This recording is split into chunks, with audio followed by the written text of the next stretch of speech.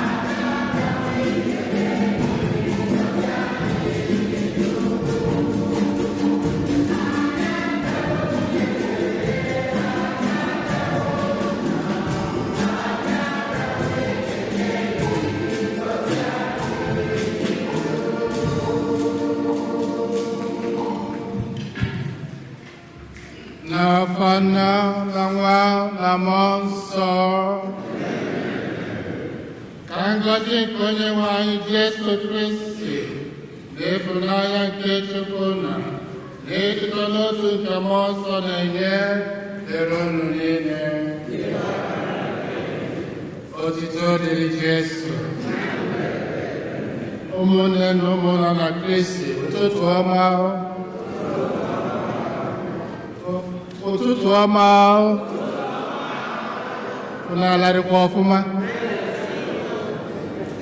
Ụka anyị na-aka tata bụ ụka nke ise n'oge ncheta mbilite n'ọnwụ Kristi afọ nke mbụ. Anyị na-ekele Chukwu n'ụbọchị nke tata. Jesu na-agwa anyị tata na onye nwa bụ ndụ bụ n'eziokwu olukwu ụzọ onye ọbụla kwetere na ya ga-eru eluigwe. Wee na-ayọ Chukwu n'ụka tata ndị niile akpọrọ afọ a na-akara ụka ka Chukwu meelife ife ọbụla abụ n'obi na-abụrụ njọ.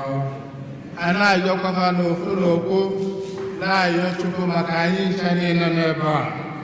Ọ gbaziela anyị ụzọ na-edu anyị na-aga iji kwado nwa anyị nke ọma maka nnukwu ebe nke ya Ukarịstịa.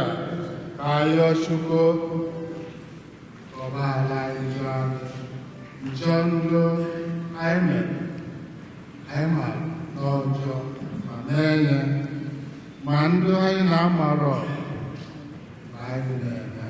Chukwu gbaghara njọ niile ndị a.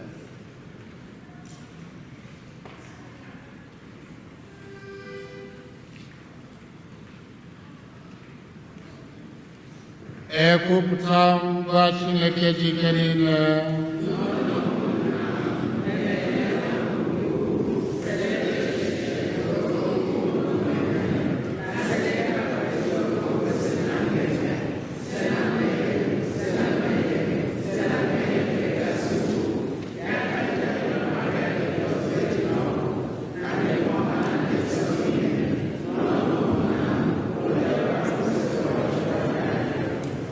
Chineke jike niile mere anyị ebere, gbaghara anyị njọ anyị, duru anyị na ndụ ebere.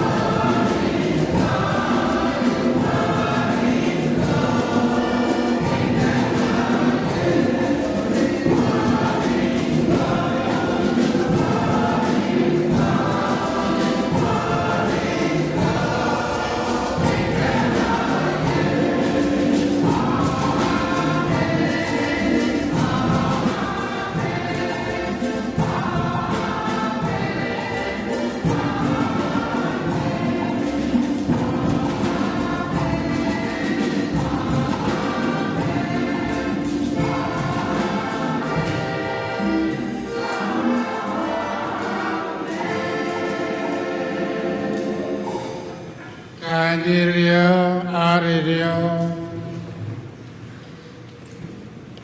Chineke anyị, nzọpụta si n'aka gị abịara anyị. Imeela anyị ụmụ gị, bịakwa kwe ka anyị kwụrụ n'iru gị. Biko were obiọma gị gee ntị na arịrịọ ụmụ gị ị hụrụ n'anya, ebe ọ bụ na anyị kwere na Jesu Kristi nye anyị ezigbo okwukwe inwere onwe anyị na aṅụrị nke ndụ ebighị ebi site na Kristi dị nwe anyị.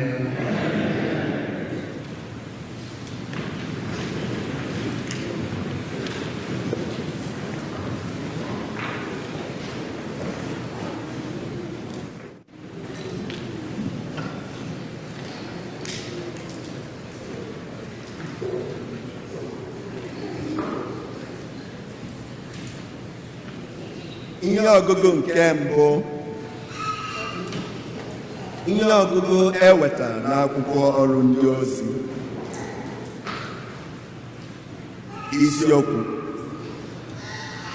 ha họpụtara ụmụ okorobịa 7 jupụtara na mmụọ nsọ. Mgbe ụbọchị ahụ na-aga, ọnụọgụ ndị na-eso ụzọ Yesu wee na-abawanye ụba. Esemokwu wee dapụta. Ndị Juu ndị a mụrụ na mba ndị na-asụ asụsụ Grik tamuru ntamu megide ndị Juu ndị a mụrụ n'ụlọ ndị na-asụ asụsụ Hibru. Iwe ndị Juu ndị na-asụ asụsụ Grik bụ na elefuru ụmụ nwanyị ha di ha anwụ anya mgbe a na-ekesa ego ma ọ bụ ihe oriri ụbọchị ọgbakọ ndị otu Kristi.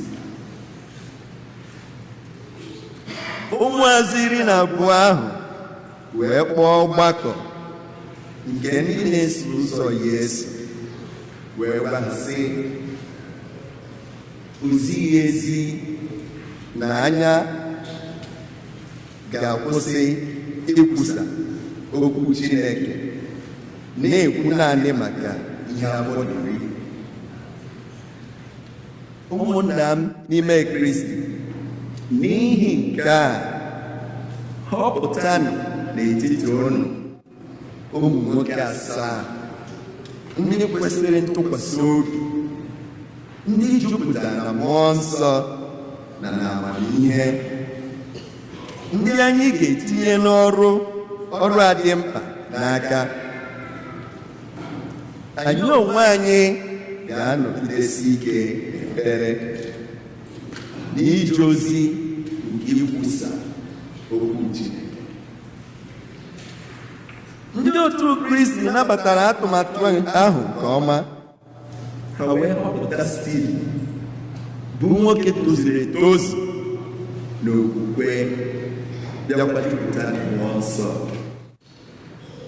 Ha họpụtakwara Filip na Prokorus na Nikano na Timon na Parmenas na Nikolas, bụ onye mba ọzọ akpọbatara n'okpukpe ndị Juu, onye si n'obodo Antioch. Ọgbakọ ahụ wee chee mmadụ 7 ndị ahụ n'ihu ụmụazụ. Ụmụazụ kpere ha ekpere, bịakwasị ha aka n'isi.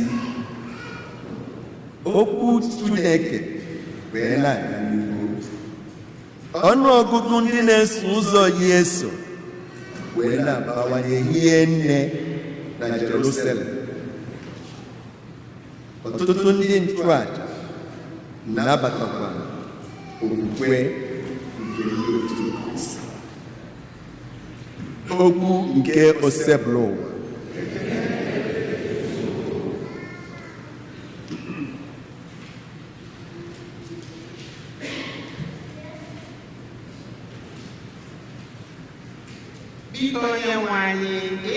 ịhụnanya gị dakwasị anyị ebe anyị tụkwasara nchegbu anyị niile na gị. Biko Onyenwe anyị, ịhụnanya gị dakwasị anyị ebe anyị tụkwasara nchegbu anyị niile na gị. Biko Onyenwe anyị, ka ịhụnanya gị dakwasị anyị ebe anyị tụkwasara nchegbu anyị niile na gị. Biko Onyenwe anyị, ka ịhụnanya gị dakwasị anyị ebe anyị tụkwasara nchegbu anyị niile.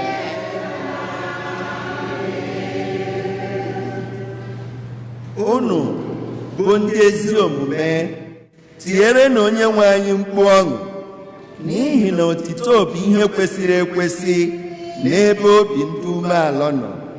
Were n'ụbọ akwara kelee Onyenwe anyị, were n'ule bụọrọ ya abụ.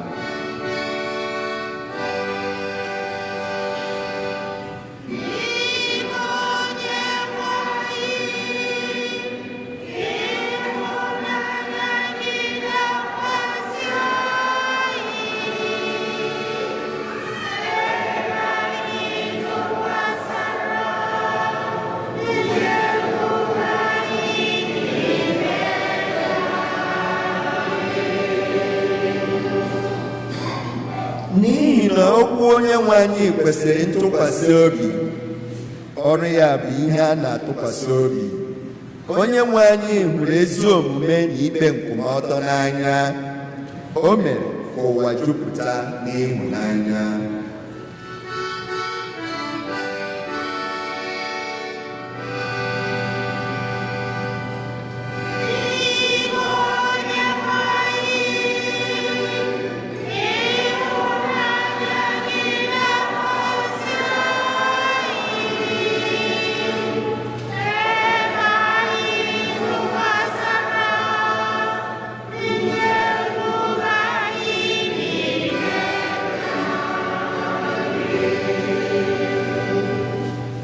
Anya Onyenwe anyị dị n'ebe ndị na-asọpụrụ ya nọ. Ọ na-ele ndị na-eche ịhụnanya ya ka o wee zọpụta ha n'ọnwụ, bịa kwadebe ha ndụ n'oge ụkọ nri.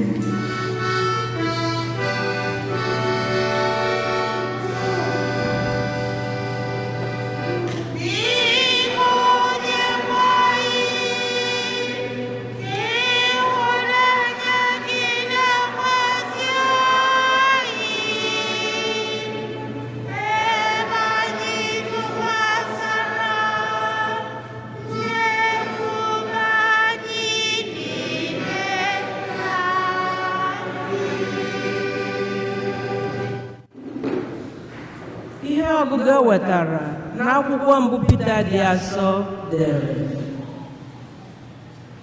bịakwutenụ Onyenwe anyị, bụ nkume ahụ dị ndụ, nke ndị mmadụ jụrụ ajụ, ma Chineke họrọ ya, gụnye ya n'ihe dara oke ọnụ n'ihu Chineke.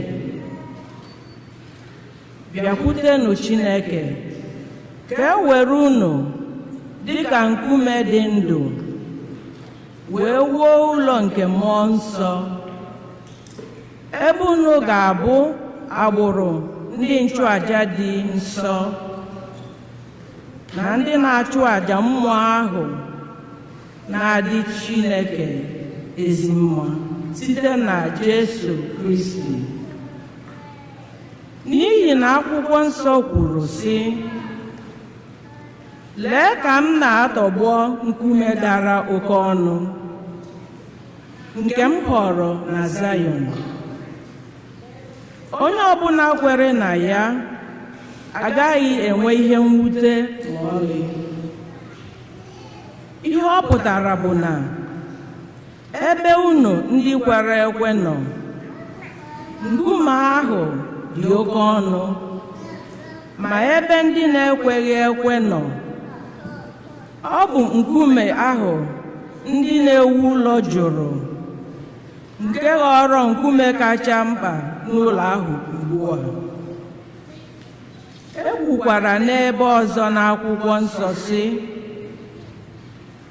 ọ bụ nkume nke a na-eme na ndị na-ekweghị ekwe sọ ngọngọ mmanụ ọnya, bụrụkwa nkume ga-eme ka ha daa.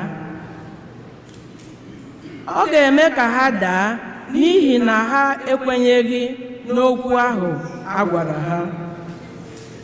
Ha mekwara otu Chineke kara aka na ha ga-eme. Ma unu onwe unu bụ ebo Chineke họpụtara, otu ndị nchụaja nọ n'ọkwa eze mbali nsọ, na ndị Chineke nwe. Unu onwe unu bụ ndị ahọpụtara ka unu na-ekwusa aka ọrụ nke Chineke, onye siri n'ọchịchịrị kpọbata unu n'ihe ya dị ebube. Okwu ngosi bụ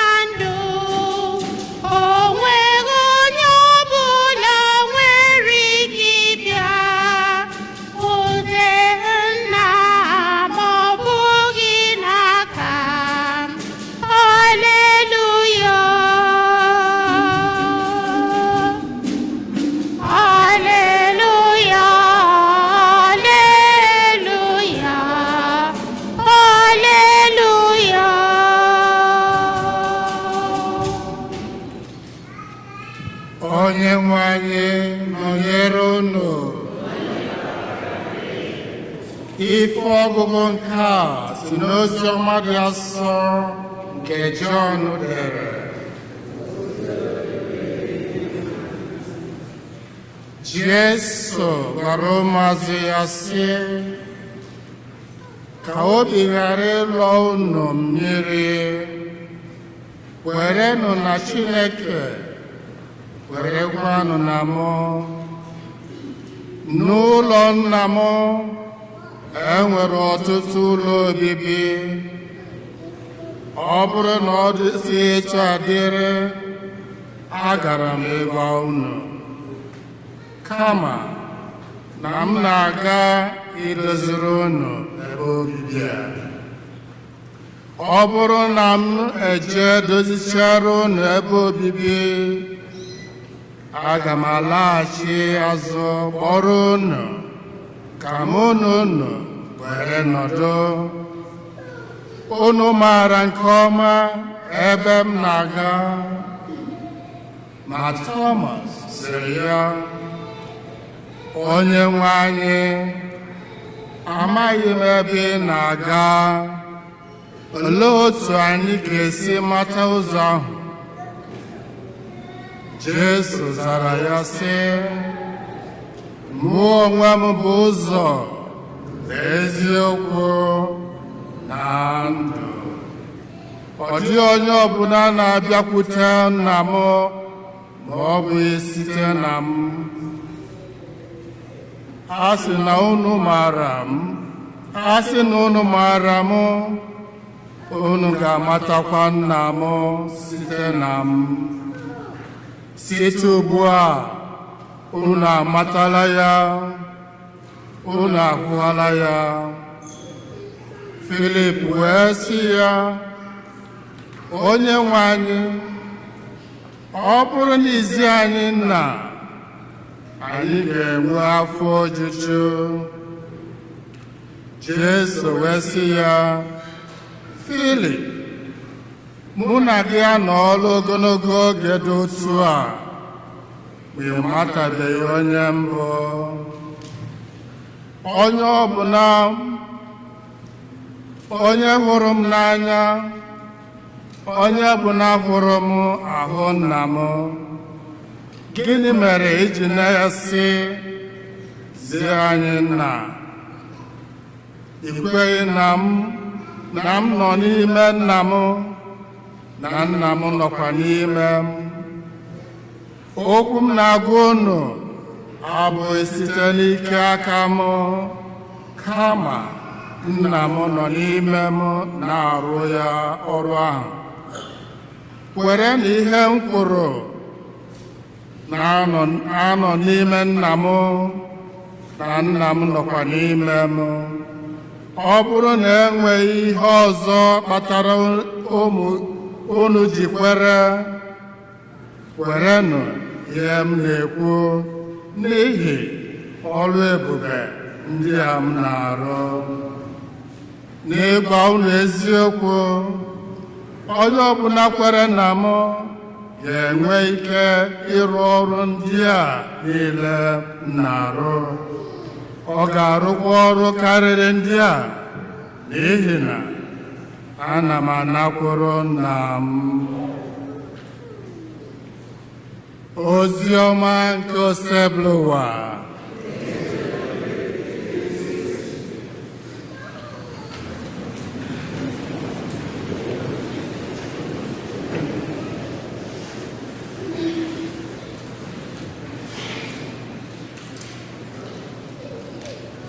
Mụnwa bụ ụzọ, bụrụkwa eziokwu, bụrụkwa ndụ. Otu dịrị Jesu, otu dịrị Jesu. Anụrụ m na a na-ele olili Father's Day. A na-enwe ebe a tata? Ọ bụrụ tata? Oke, ebe isi olili ụka nne. Ọbịazịala ụka nna. Oke, n'ebe nọ asị na a na-ele olili Father's Day tata. Amakwa m. Ụmụnne na ụmụnna na Kristi, Fada Jude sị ka nke alụ n'ụka taa. Ọ sị nọ a challenge ka ọma ma nwee ike ịgụtakwa Igbo ọzọ, maka na anọrọ m na be anyị gụọ akwụkwọ nke obere ma nke nnukwu ma nke gacha. Anọ m obodo ndị ọzọ. Ọ ga-atụ challenge to me today. Ama ma aka m ụka n'ọnụ Igbo sanda aka ya. Otu dị Jesu.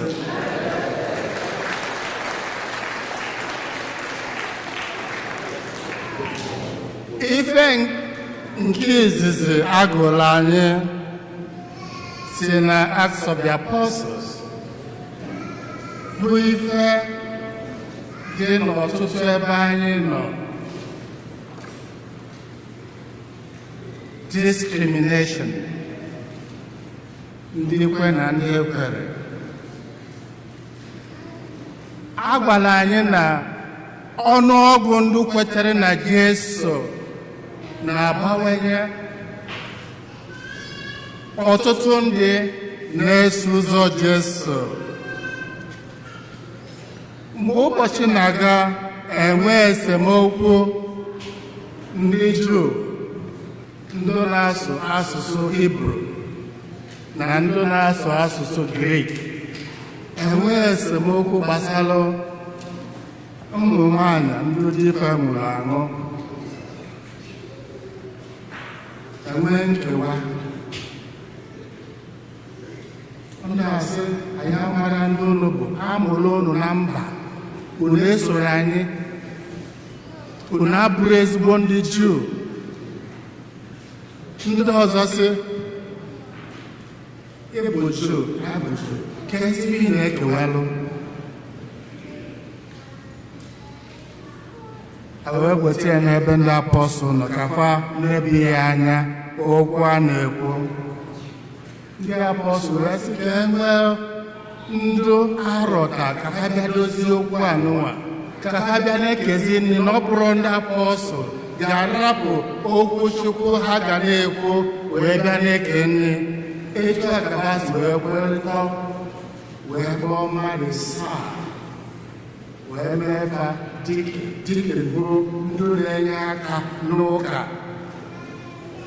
afọ ma ụfọdụ ebe anụnwa dike n'oge dike na anyị mara echie mmadụ dike ọnwa ise kacha echie nye fada ndị a na-akpọ permanent deacons because they are there to serve the people ịgba mbọ fụ na onye ọbụla nwetara ife loli elu. Esemokwu anwa dị n'ebe ụka dị n'oge nke Pọl, oge nke Pita na ndị apọstụl ọ dị n'oge kịta?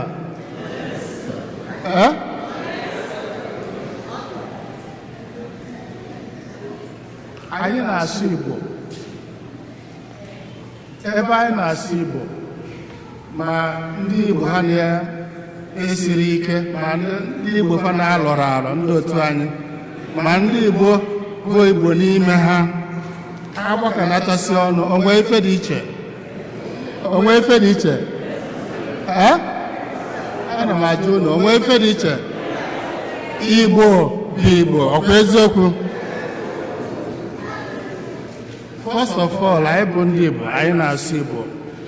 Secondly, anyị bụ ndị ebe Nigeria ọkwa eziokwu? Elu Nigeria anyị ka ga-abụ Igbo? Elu Nigeria ka bụ ndị Igbo?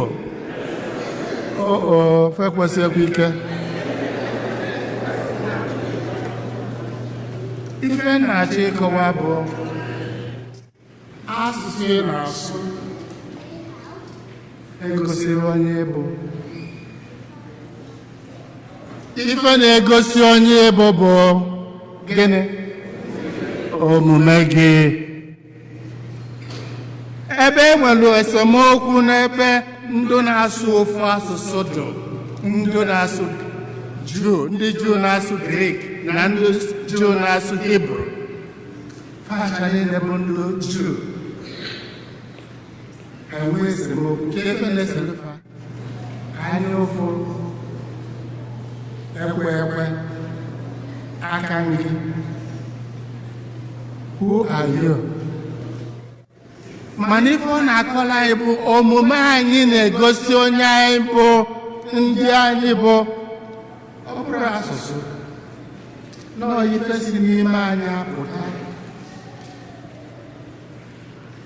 Nkewa ha na-ekwu maka ya ọ bụkwa sọsọ na asụsụ ma ọ dị n'ụka, ọ dị ebe niile.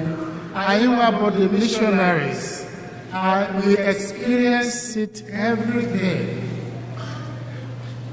For the past 33 years, ejego m ọtụtụ obodo dị iche iche ịrụ ọrụ as ụkọchukwu missionary of St. Paul's. Nkewa a na-ekwu maka ya dị, mana onye chọrọ ka nkewa aba anya n'arụ ọ ga-aba n'arụ.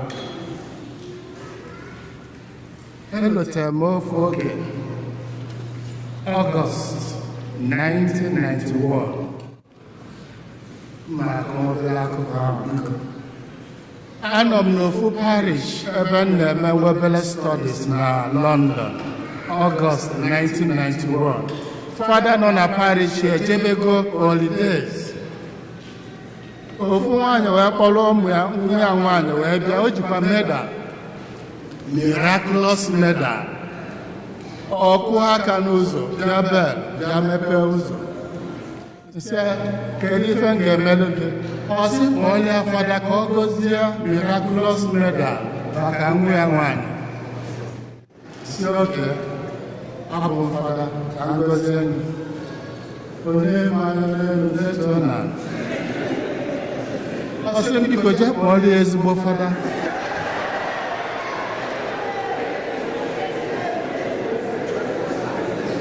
Isi oke ngwa batanụ buru bịa na palọ meghe ụzọ si nọla ala ebe anụ. jee si na zụba na sakristi yile akwa fọta yile ma kụrụ ma chasịbụl wee pụta.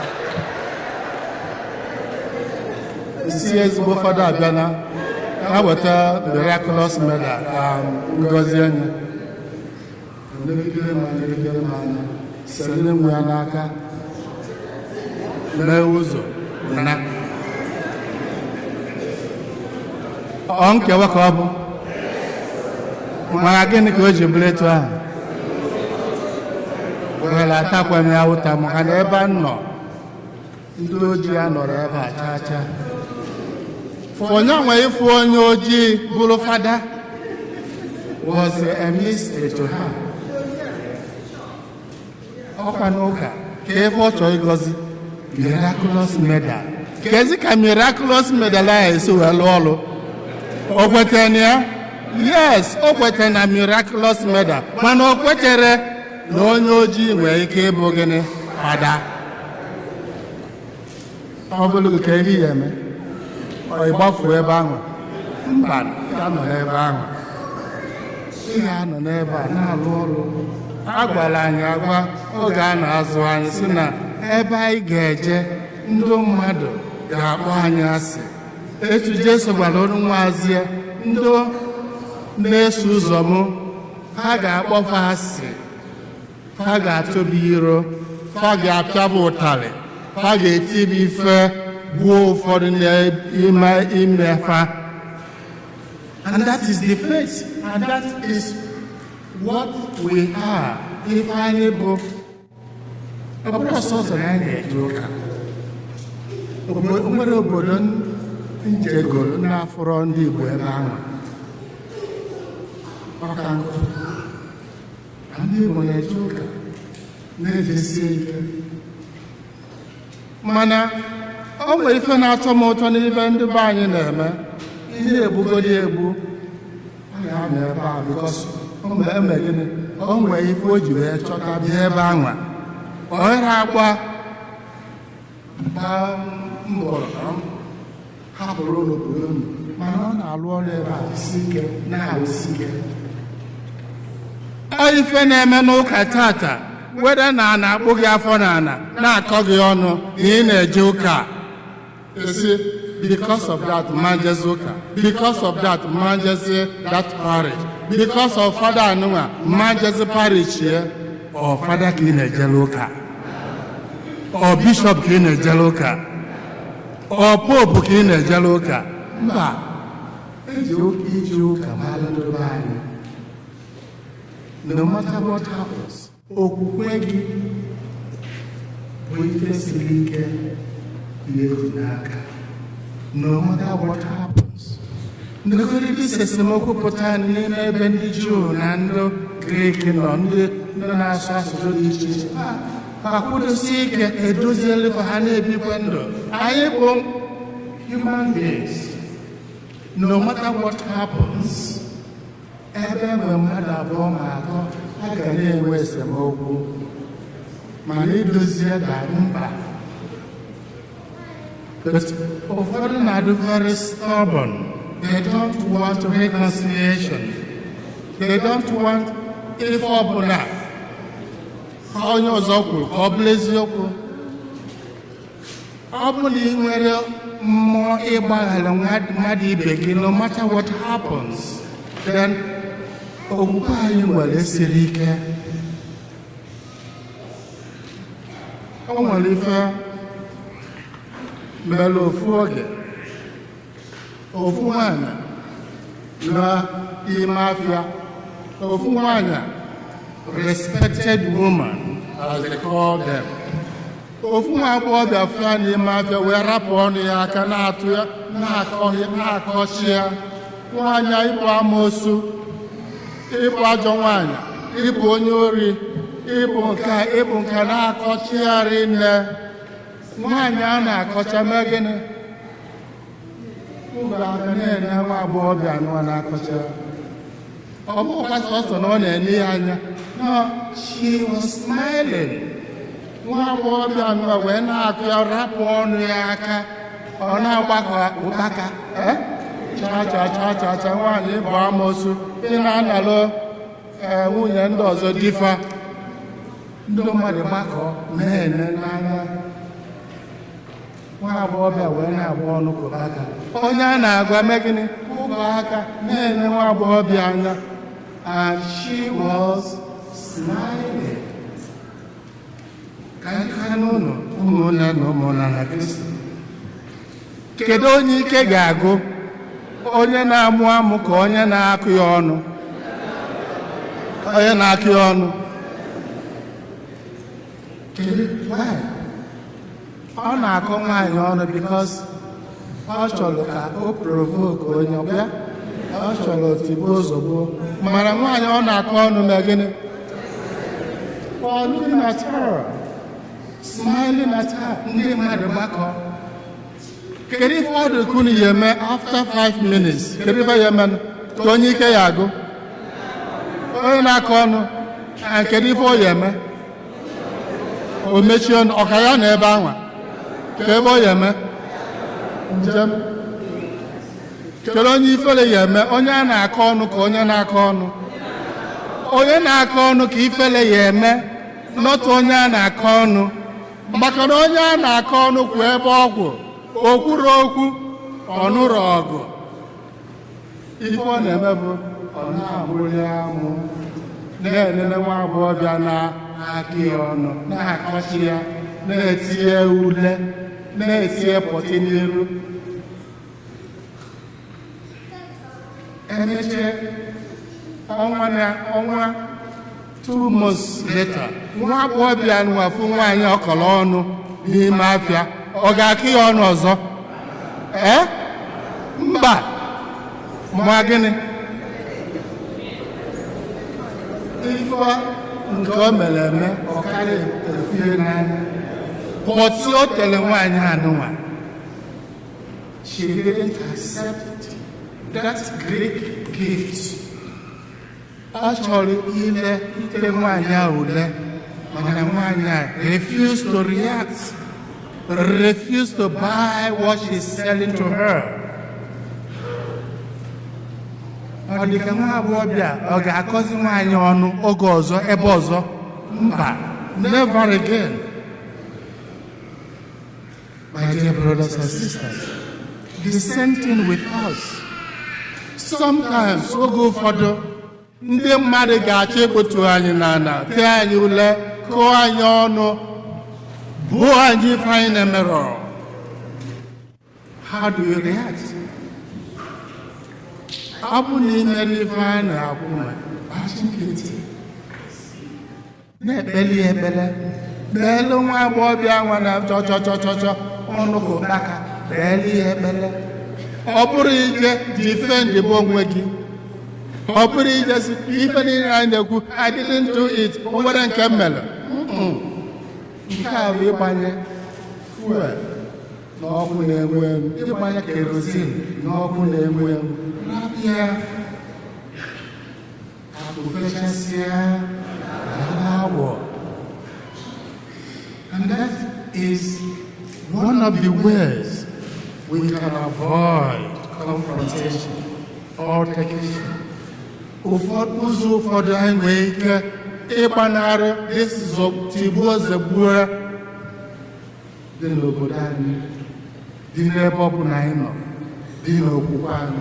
Maka na Jesu gwara anyị n'ozi ọma bụ mụnwa bụ ndụ bụla eziokwu bụkwara ụzọ. Onye ọbụla kwere na mụ ga-enwe ndụ ebe ebe. Ikwere na Jesu Kristi bụ iso ụkpụrụ ya, iso ụzọ ya, ime omume ka onye otu Kristi.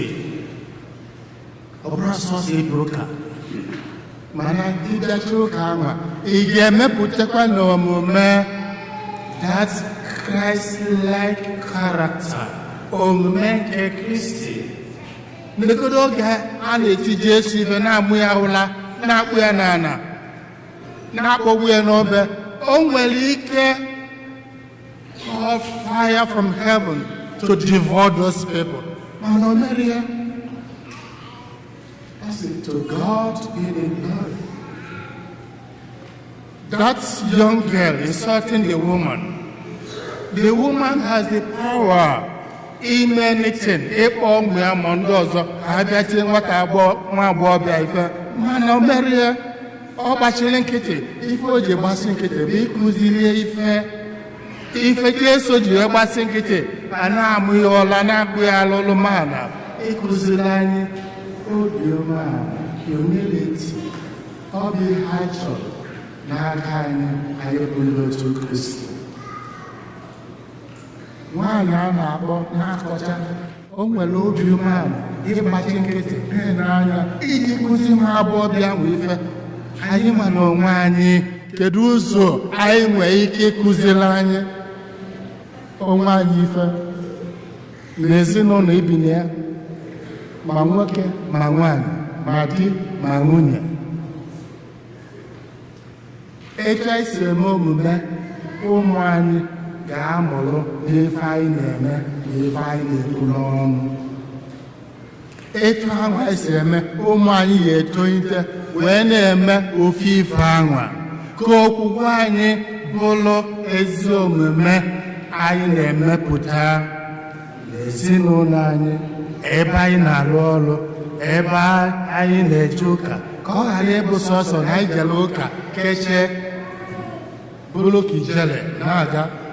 Yes, it's good, but God, after all those barbaric regard and so on, what happens next?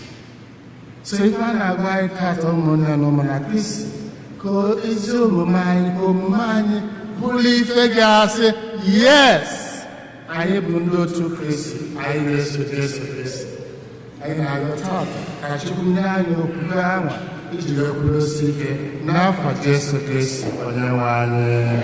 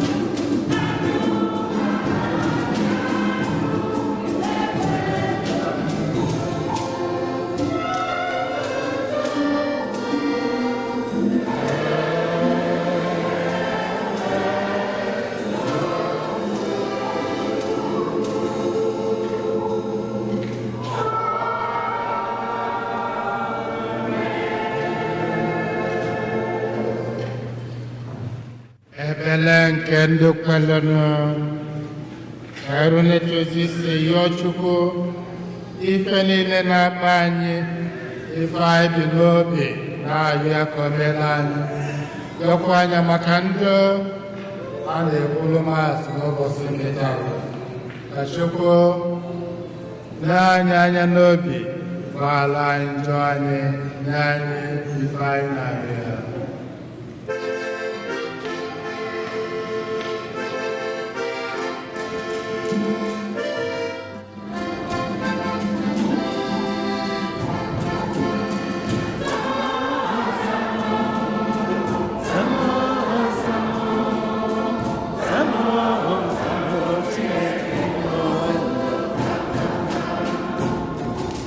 maka ndị na-ekwu okwu Chineke dịka mgbasa ozi ọma, ndị okenye ụka, ndị ụkọchukwu na ndị nne na nna, ka Chineke nna pụrụ ime ihe niile na-agba ha ume na-etinye okwu ya n'ọnụ ha.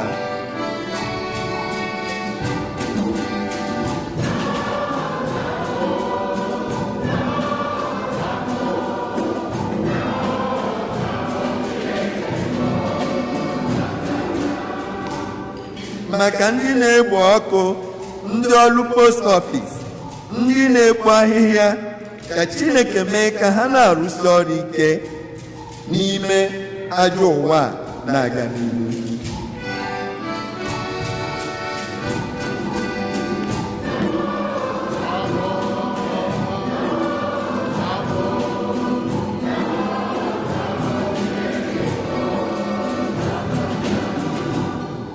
maka ndị ji igwe ebi akwụkwọ na ndị nta akụkọ, ka anyị na-ayọ Chineke ka onye ha mmụọ nke ịdị na-ekwu eziokwu mgbe ha na-agbasa akụkọ.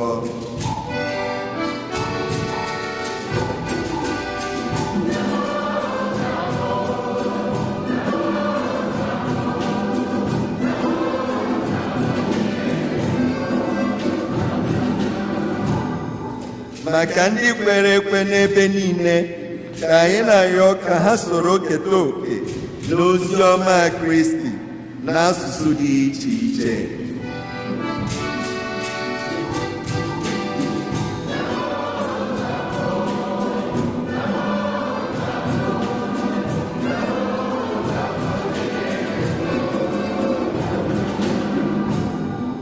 maka mmadụ niile nọ n'ụlọ ụka na n'ụwa, ọ kachasị ndị e mere mmiri Chukwu ọhụrụ na ndị a kwọrọ aka n'isi ọhụrụ, ka anyị na-arịọ Chineke na-agba ha ume ka ha wee kwudosie ike ruo na ngwụcha.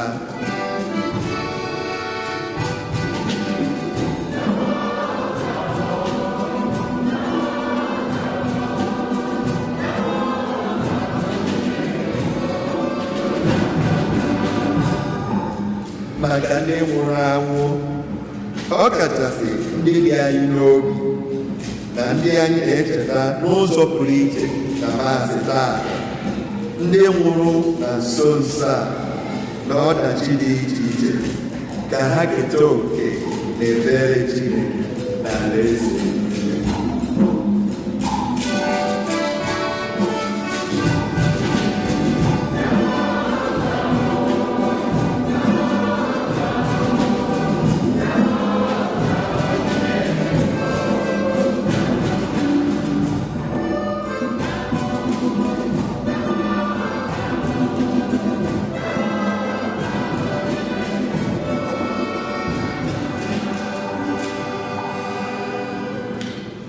ife ndị ọzọzi anyị n'oge enweghị ike dịka arịọ Chukwu ife ndị ahụ.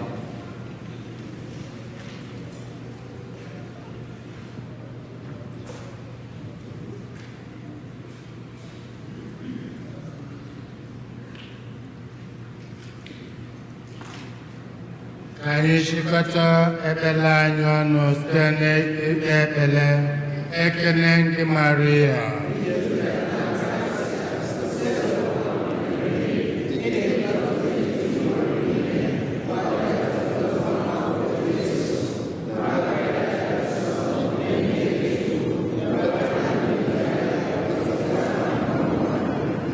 Chukwu jikere ndị anyị na-ekele gị n'ụbọchị nke tata nụọ ndị niile na-ayọ amara gị anyị niile n'ebe a na-ayọ onyinye dị iche iche n'ebe ị nọ anyị na-ayọ gị ka ime ka ọnwa nke anyị ba ọnwa nke nne anyị bụ Ezi Maria mee ka anyị bụdebe nso n'ebe ị nọ oge ncha ife ndị a ka anyị na-ayọ site na Kristi onye nwe anyị.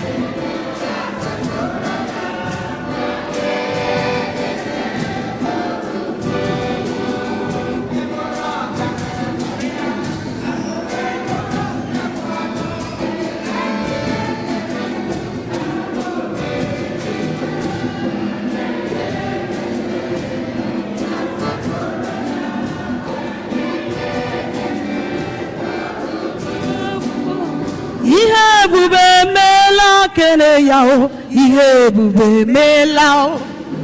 Ihe ebube meela kele ya o, ihe ebube ka anyị kelee ya o, ebube ka anyị kelee ya o, si anyị kelee nụ ya o, anyị kelee ya o, bịanụ kelee ya o, nwanne m kelee ya o, onye nyere ndụ kelee ya, onye nyere ndụ kelee ya o, ka anyị kelee ya, ka anyị kelee ya o, ebube meela, ihe ebube meela, ihe ebube meela o, ihe ebube meela n'ime ndụ m, ihe ebube ka anyị kelee ya o, ebube meela, ka anyị kelee ya o, ebube meela, kelee ya, ebube meela, kelee ya, onye nyere kene nụ ya, onye nyere ndụ kelee ya o,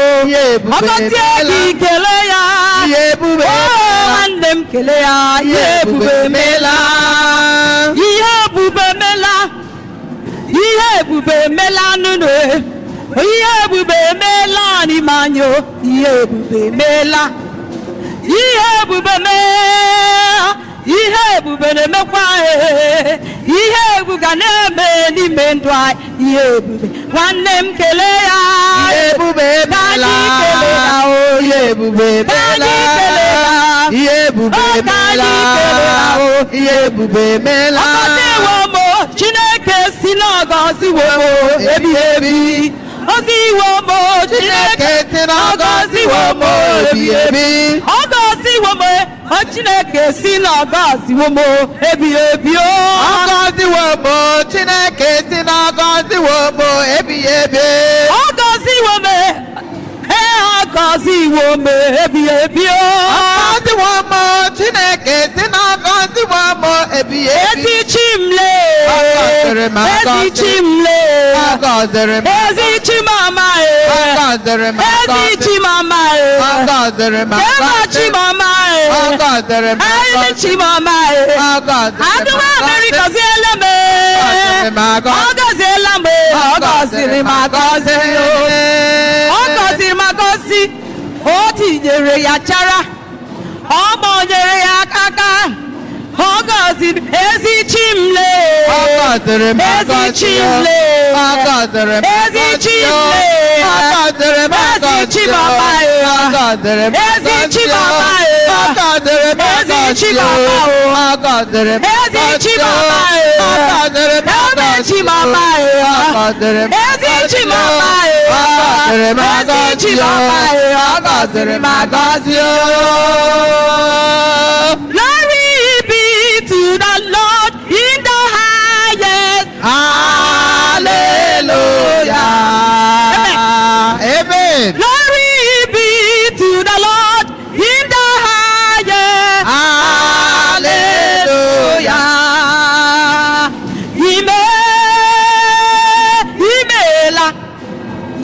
Imela Chineke onye nwe m imela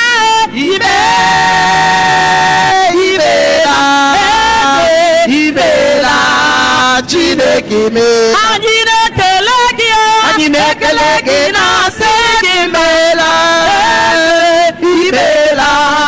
Chineke ọbụ na-ekele gị na-asị gị imela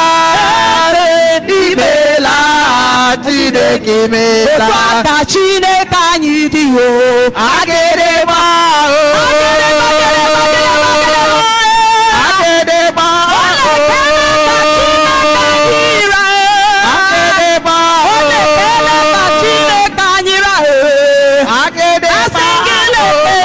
Chineke anyị rahụ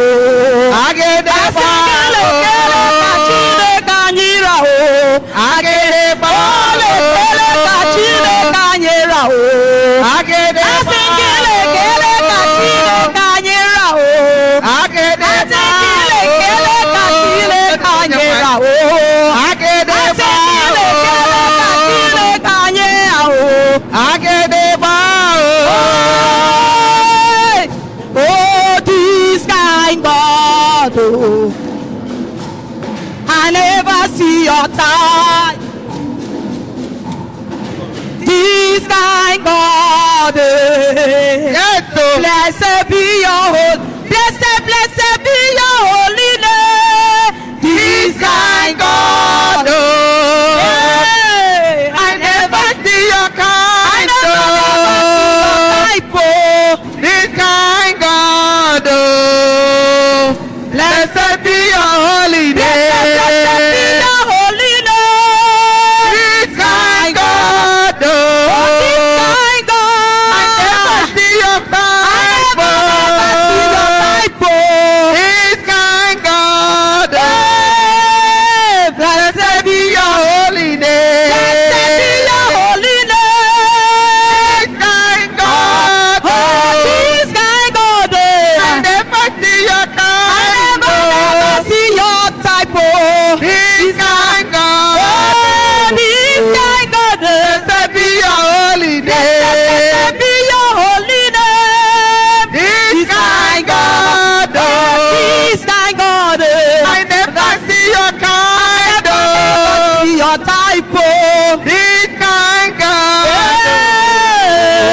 Blessed be your holy name. Ị ga-asị m efe na ya. Ọ bụrụ gị ga-emere m ihe ọ na-emere bụ ị ga-asị m efe na ya. Ị ga-asị m efe na ya. Ọ bụrụ gị ga-emere m ihe ọ na-emere bụ ị ga-asị m onye na-eme mmemme were m ihe m na-ayọ ya o. Ị ga-asị m efela ya. Gị ga-emere m ihe ọ na-emere bụ ị ga-asị m efela ya. Onye na-enye ndụ enyego kwa m ndụ nke m yọrọ ya o. Ị ga-asị m efela ya. Gị ga-emere m ihe ọ na-emere bụ ị ga-asị m efela ya. Onye na-agwọ ọrịa agwọgo ọnụ m ọrịa nji bịakwute ya o. Ị ga-asị m efela ya. Gị ga-emere m ihe ọ na-emere bụ ị ga-asị m efela ya. Aka na-enye obe enyego kwa m ụba nke nna ya. Ị ga-asị m efela ya. Gị ga-emere m ihe ọ ọ na-emere m ị ga-asị m ekpela ya ayọrọ ya nwa onye m ngwa nyekwasị m ị ga-asị m ekpela ya ọ gị ga-emere m ihe ọ na-emere m ị ga-asị m ekpela ya ewere m ige m na-ayọ ya o ị ga-asị m ekpela ya ọ bụ gị ga-emere m ihe ọ na-emere m ị ga-asị m ekpela ya ị ga-asị m efe na ya ọ bụ gị ga-emenwuru m ihe ọ na-emere m isi nụ m efe na ya ị ga-asị m efe na Chukwu onye na-enye ụba na-anaghị ego ị ga-asị m efe na ya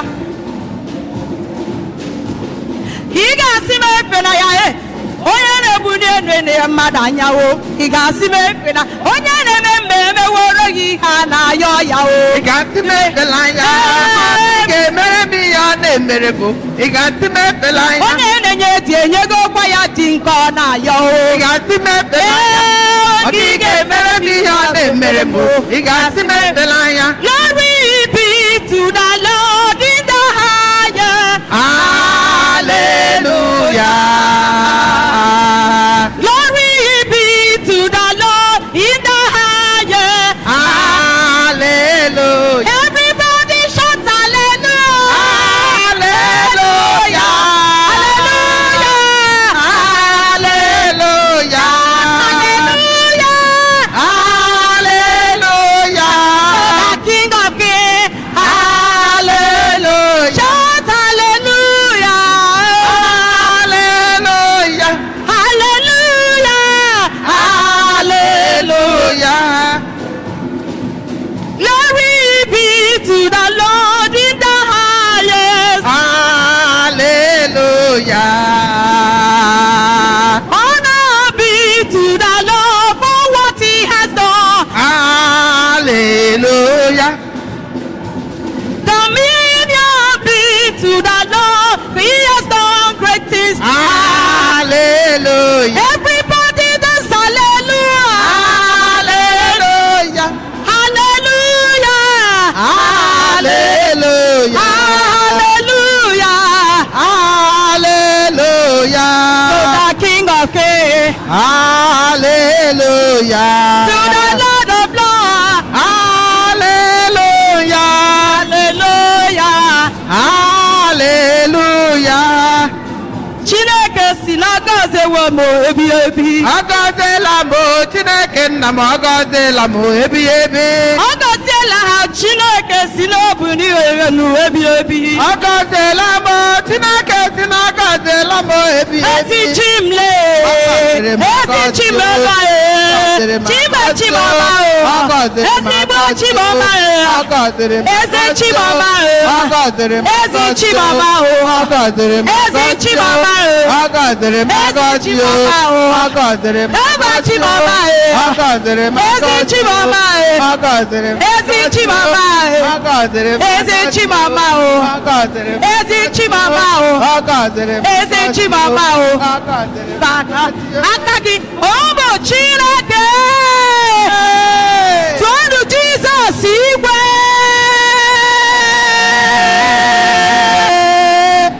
Ọ gọziri m agọzi o tinyere gị n'agha ọ gbanyere ya aka o buliri enu Chimle ezi Chimle ezi Chimọma ezi Chimọma ezi Chimọma ezi Chimọma ezi Chimọma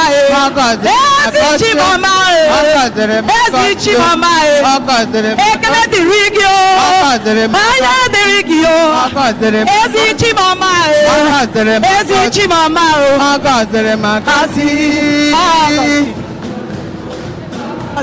ezi Chimle Chimle ezi Chimọma Chimọma ezi Chimọma ezi Chimọma ezi Chimọma ezi Chimọma ezi Chimọma gọziri m agọzi o o tinyere m nchara o ọ gbọnyere m aka o ezi Chimle ezi Chimle ezi Chimle ezi Chimle bunie ya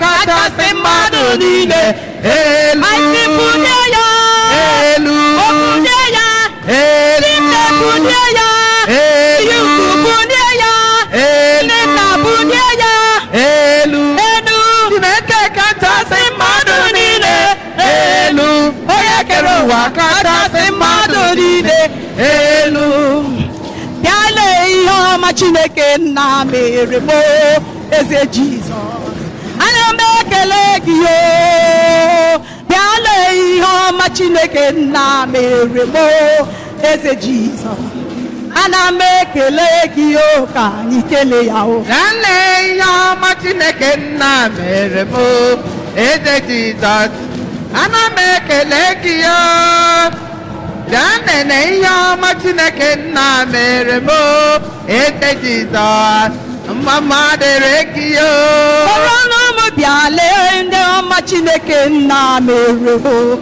onye na-enye ndụ ekene dịrị gị o mgbanụ ka anyị lere ọlụ bụ Chineke na-arụ eze Jizọs ka anyị bunie aha gị elu ka anyị kelee ya o bịa nene ihe ọma Chineke nna mere m eze Jizọs anyị na-ekele gị o anyị kelee gị bịa nene ihe ọma Chineke nna mere m eze Jizọs mama dịrị gị o aka mara mma ka anyị ga-akpọrọ Chineke mara aka mara mma aka mara mma ka anyị ga-akpọ onye na-enye ndụ aka ọgọbara ya aka mara mma o aka agọbara ya aka mara mma aka agọbara ya aka mma aka ọgọbara ya mara mma aka agọbara ya mara mma ego agbara ya egwu mara mma egwu mara mma n'ụwa ọ dị mma ọ dị njọ ekwere egwu ma aga m agbaba n'ime Chineke ga-akpọpa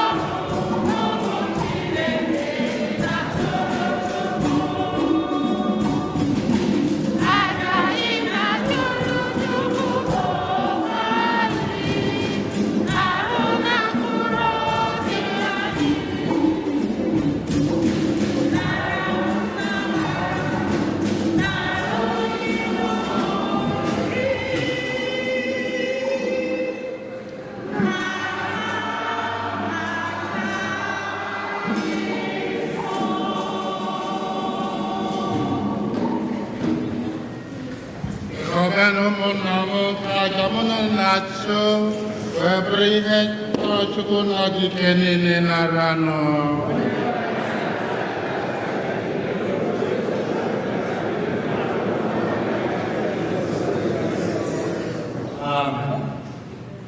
Onye nwe anyị site n'aja nsọpụrụ nke a anyị na-eketa oke na-adị ire karịchaa n'ịbụ Chukwu nke gị ị kụzierela anyị eziokwu gị.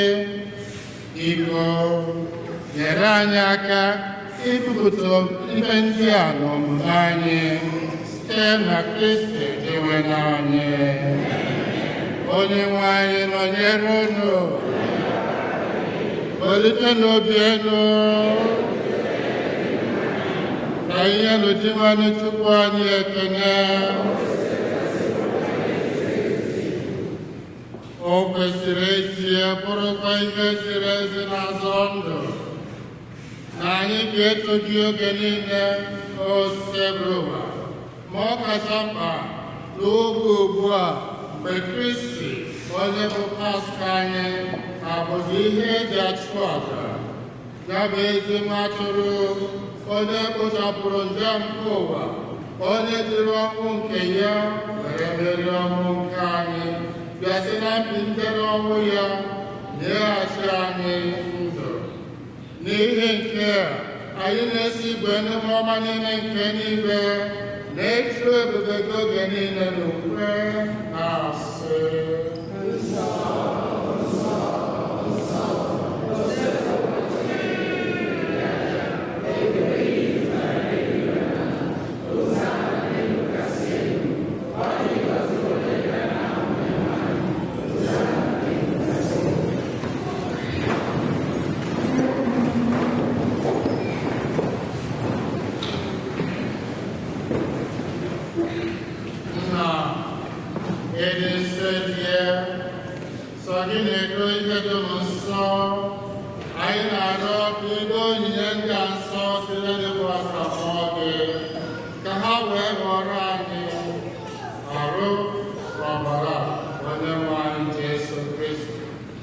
onye bịara tupu ebinye n'ọnwụ nke o jiri aka were n'ara,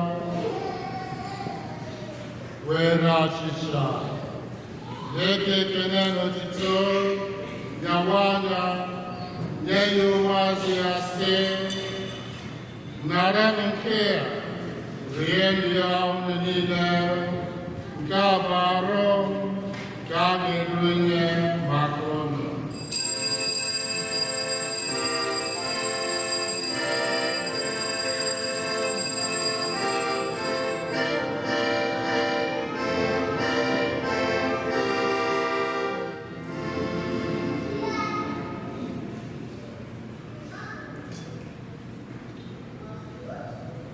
Otu akwụkwọ ka o siri mee mgbe ha richara nri anyasị, o buru iko mmanya nyekwa ndị ekele na otito, bunye ya ụmụazụ ya sị: naranụ nke a, ṅụọnụ ya unu niile, nke a bụ iko nke ọbara m, nke ọgbụgba ndụ ọhụrụ dị ebere, a ga-agba ya n'ezi unu na n'ihi mmadụ niile, ka e wee gbaghara njọ. Na-emenụ nke a na ncheta nke m.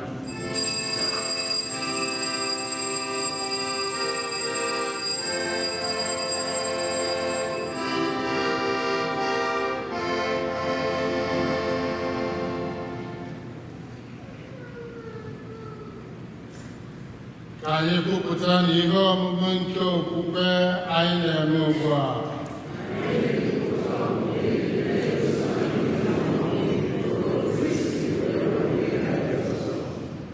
Na ncheta nke ọnwụ na mbilite n'ọnwụ nke nwa gị, anyị ebunye gị achịcha nke ndụ na iko nke nzọpụta. Anyị na-ekele gị n'ihi na ị kwere ka anyị dị mma ịpụrụ n'ihu gị n'efe gị. Anyị ji ume na-arịọ ka anyị bụ ndị na-anata arụ n'ọbara nke Kristi bụrụ otu site na njikọ nke Mmụọ Nsọ. Nna, cheta nzukọ gị gazuru ụwa niile, mee ka ịfụnanya gị jupụta ya, gozie Popu anyị bụ Francis na Bishọp anyị na ndị ofe ọzọ niile. Chetakwa ụmụnne anyị ndị ji okwukwe were gaa n'ezumike nke ọnwụ, kpọbata ha na ndị ọzọ niile bụrụ anwụ nke ebube gị. Biko, mere anyị niile ebere ka anyị soro Bedu Maria dị ngọzi nne nke Chukwu na ndị apọstụl na ndị nsọ gị niile ndị mere uche gị n'ụwa were keta ndụ ebe ka anyị soro ha na-eto gị na-edo gị ebube site na Jesu Kristi nwa gị. Ife niile kere eke na-eso ya bụ Kristi na-esikwa n'ime ya na n'aka ya na-ebido n'otu nke mmụọ nsọ na-enye gị bụ Chukwu na ike niile nsọpụrụ na otito niile site n'ụwa ta ụwa niile.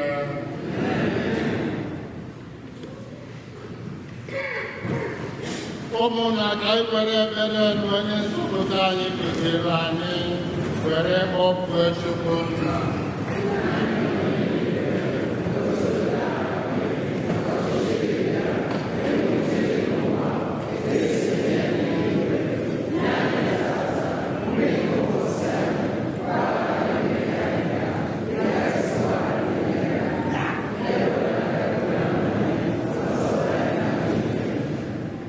Zọpụta anyị na-arịọ gị osebụ ụwa na-adịghị niile were ebere gị udo oge nke anyị site n'inye aka ebere gị ka zọpụta anyị na njọ oge niile.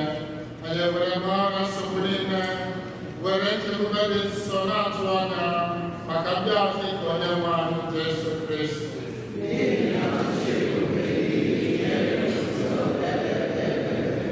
Onye nwe anyị Jesu Kristi onye gwara ndị apọstụl gị udo ka m na-ahapụrụ unu, udo nke m ka na-enye unu, elebana anya na njọ anyị kama lekwasị anyị n'okwukwe nke nzukọ gị, nye ya udo na ịdịkọ n'otu mgbe niile ka usekwu uche gị siri chọọ gị bụ onye dị ndụ na-achị ebe ebe ebe. Udo ngosebụ ụwa dịrị unu mgbe niile. Ka anyị nyerịta n'onwe anyị ekele nke udo.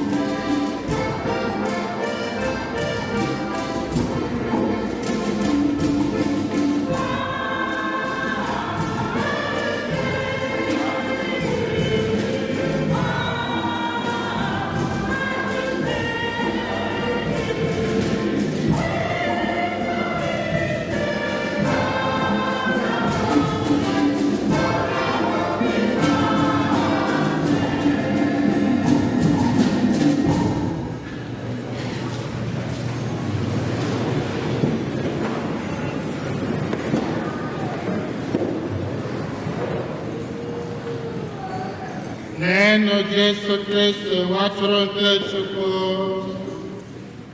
neno onye na-ekpochapụ njọ nke ụwa, ha nwere isi ọma bụ ndị a kpọrọ n'oriri nke nwa atụrụ Chineke.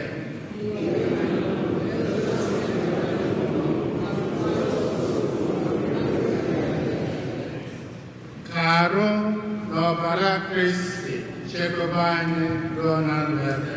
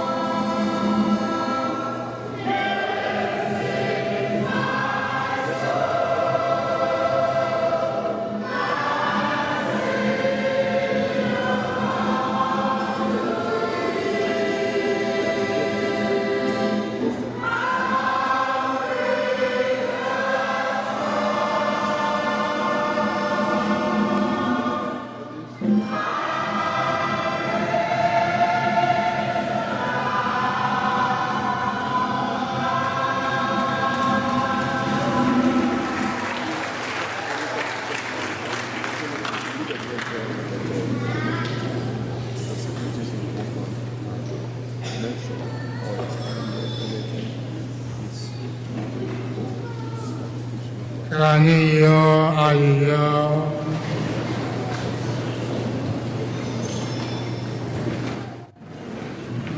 Onyenwe anyị, were ebere nọnyere anyị bụ ndị nke gị, idubetela anyị n'ife omume nke eluigwe site n'aja nke a. Biko, mee ka anyị site na ndụ ochie anyị na-ebi gafeta na ndụ ọhụrụ. Ife ndị a ka a na-ayọ site na Kristi Onyenwe anyị.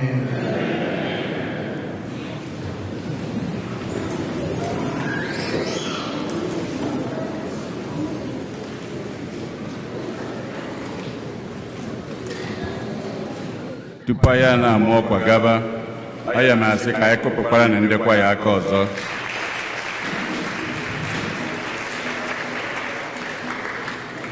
N'ofu aka nwakwa ka anyị kenee ndị ọshas ka ha si gbaa mbọ kwụrụ ọtọ na-agagharị were gbaa mbọ hụ na onye ọbụla bịara ọnụ na-enwere oche na o nwetara oche. Biko ka anyị kụpụrụ ụnụ ha aka.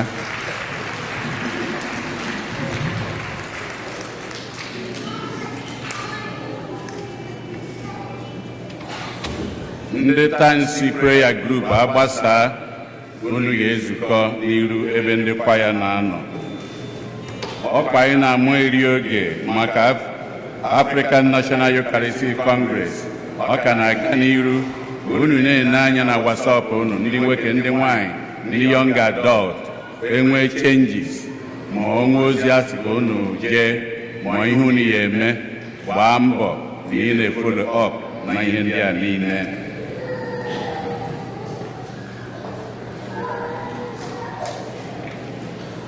Ndị kwaya mara m unu nwere practice na Tuesday anụnwa. Ndị kwaya nwere practice this Tuesday ebe anụnwa oge unu ji enwe ihe.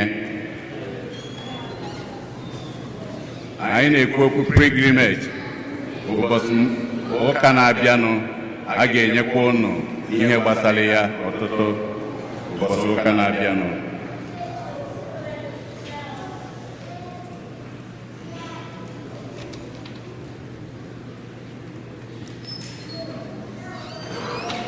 Ezinụlọ amụchie ha n'ebe a unu kwụrụ ọtọ. Nna, ana m enere gị anya.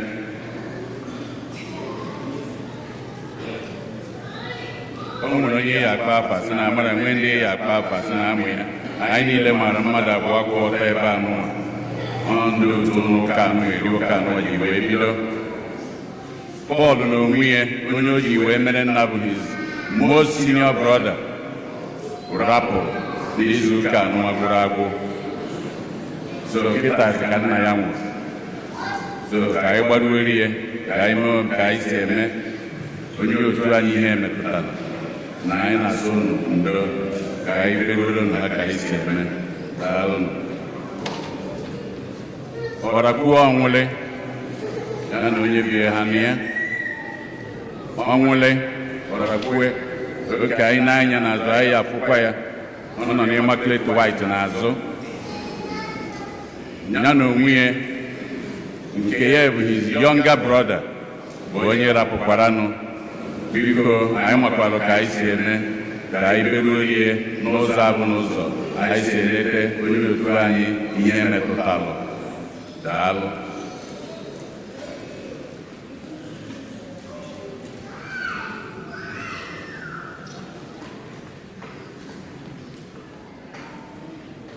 Kịtazi ana m akpọlite ụmụaka abụọ bụ ndị nke gbara akwụkwọ nnyaa.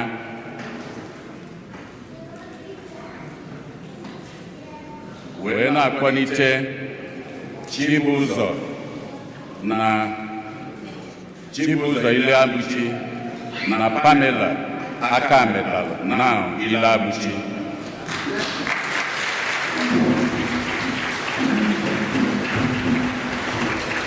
Unu n'anya, Pamela na onwe ya bụ ebe a ka o tolu.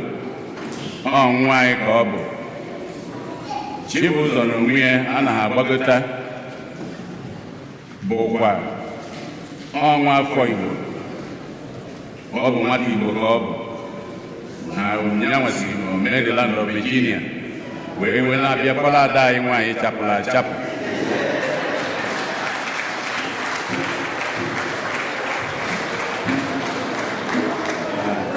So unu n'anya nwanna chi ụzọ anyị na-ekenekwa gị ma n'ụzọ pụrụ iche mwekwu nke a na nọ ebe a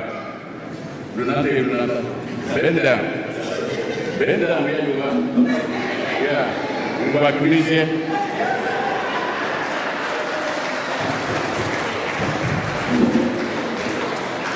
The young adults here, his mom is from my village. And what that means is, whenever he sees me, wherever he sees any Umuchu person, he must bend down. That is the culture. When I live here, I ask him to get up. He has to get up with something. I will do that. So that is the culture where we come from. Where your mom comes from is the final place of abode. No matter what happens to you in life, no matter what it is, the only place you can run to and nobody will touch you. Where is that? That is the woman's womb. And that woman's womb is your mother's place. So Chibuzo Nwangwam, I thank you very much. Pamela, my daughter, we thank you very much. Thank you.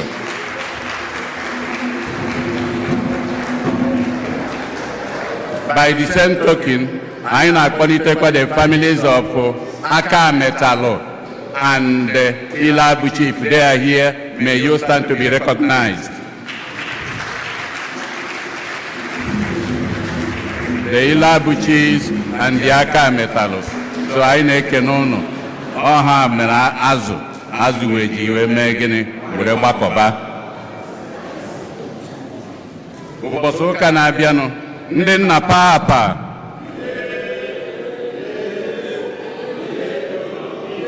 Ndị nna papa. Ndị nna papa.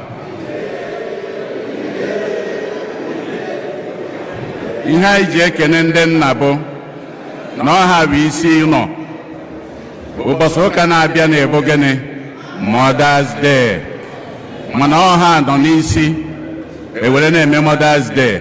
Ndị nna anyị na-akwadosikwa ike, unu ya akwadosikwa ike maka unu n'anya, unu ya afụzi ọ bụrụ ọzọ canopy ka a na-afụ, ọ bụrụ ọzọ stand down the rain, na ọ na-abụzi onwe ọkụkọ unu nwere n'ụlọ unu chọwakwa ugbene ya ebe ọ ya adụ, maka ị na-anya n'okpu niile dị ebe onwe nke ugbe na-adọrọ na ya. So ụbọchị Mother's Day anyị amarozi ka o ya ara, jisie n'ike ndị nne, anyị na-eche unu. Anyị were oghere anụwa wee na-ekene ndị niile na-agba mbọ n'ụlọ ụka anụwa n'ụzọ dị iche iche. Ndị tata bụ ụbọchị izu ha bịara ụka ebe a ha kwụrụ ọtọ. If today is the first time you are worshiping with us here, please may you stand to be recognized. First time worshipers, may you stand. First time worshipers, may you stand. You are welcome to this church. Anytime you are around, you are welcome to worship with us here. Thank you very much. I wene kenekwa ụkọchukwu kala anyị ụka tata, ụkọchukwu Nnaama Igbo anwa ọ na-asị ya ọfụma. Fada anyị na-ekene gị. Daalụnụ.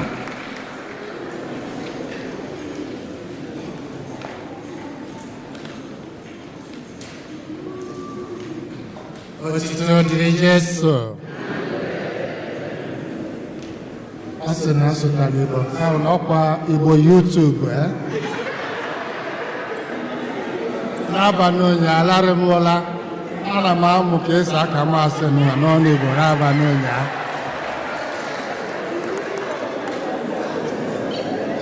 since 1982, Murapolo. And Banyabana Sibo, Jebe Bendozo. Machoka so Ibu, Ebobunano, Onemutalo, Ana Supia, Madam Obama, Bayara, so Agaba. I have under Missionaries of St. Paul's, MSP, or Tofilemon and Nugo Makafa, or the missionaries, just like Holy Ghost Bido, Andosha Bidolia, the Irish priests, the Spiritus. But the missionaries of St. Paul's were Catholic Bishops' Conference of Nigeria, Bidolia, Nigeria, in 1977. And from there, Ezepuani Nobododi Chiche, Nigeria. We have, as of now, over 300 priests from the missionaries of St. Paul working in different parts of the world. Here in America, there are about 87, but none in this Los Angeles area. But we have 7 of our priests in Las Vegas and other dioceses and archdiocese in America. Myself, the first place in Lolo Bunamedugri, where I was sent to learn Hausa for 1 year. So from that learning Hausa, I was saying Mass in Hausa language before I was sent to work in Cameroon, in French-speaking Cameroon. You just have to learn French and started saying Masses in French. From there, 7 years, I was sent to France. From France, I was recalled back after some years to go and learn Yoruba. So I went to Osho State, to learn Yoruba. Within 4 months, I was saying Masses in Yoruba. And from there, I was sent to Liberia. During the war in Liberia, from Liberia, I was sent to Germany to study more. And after studies, they asked me to work for them for some years. I was 11 years there as parish priest in Germany before I was asked to come over to United Kingdom, where I was sent to Wales, where they speak another language called Welsh. And we are dogging it. I've been there now for 7 years. And that is the missionaries of St. Paul's working in different parts of the world. Ebobu Nigeria, Amuasu Sufa Kabasasu, Ifobu na Asayi Meba, Ayembe. Afambo, Father Anthony Chike Nama. Onye Nobu, Radunu Kofia local government, Anambra State. Nobu. Thank you.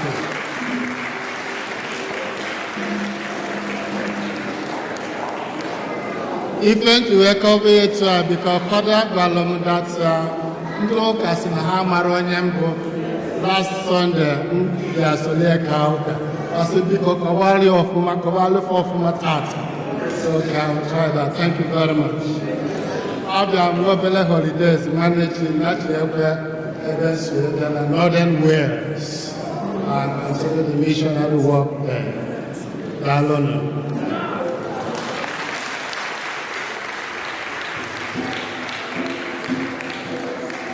Onye nwanyị nọnyere unu ka Chukwu jike niile gọzie unu Nna na Nwa na Mmụọ Nsọ Misa gosigo na bani n'udo Maria Ezinne Maria Ezinne Maria Ezinne There will be youth meeting, youth and young adults. We have a meeting.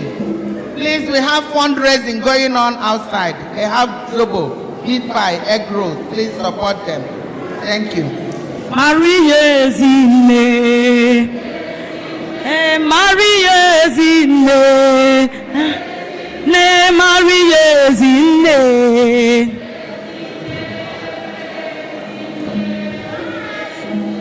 Maria Zine, Maria Zine, Zine, Zine, Zine. All right.